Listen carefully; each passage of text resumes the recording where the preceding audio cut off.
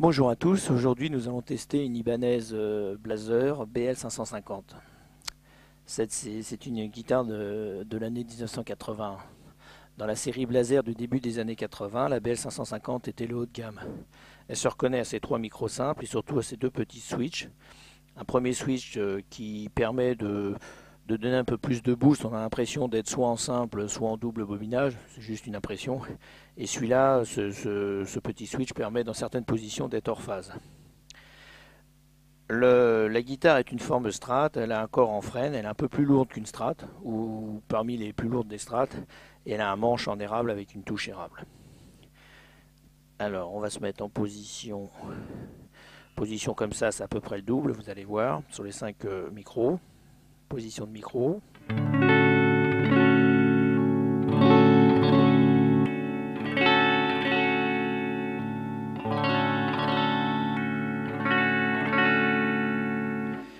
Et maintenant, quand on passe là, on a un son un peu plus cristallin.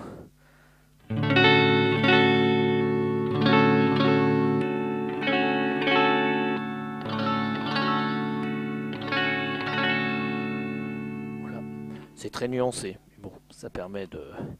Et alors là, si j'ai bien compris, on a un son un peu plus hors phase. Vous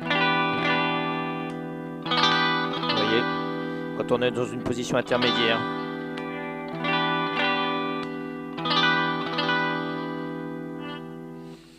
Enfin voilà, après on a un bouton de volume et un bouton de tonalité. Alors comme d'habitude, on va tester la guitare sur toutes les positions de micro, avec ou sans playback.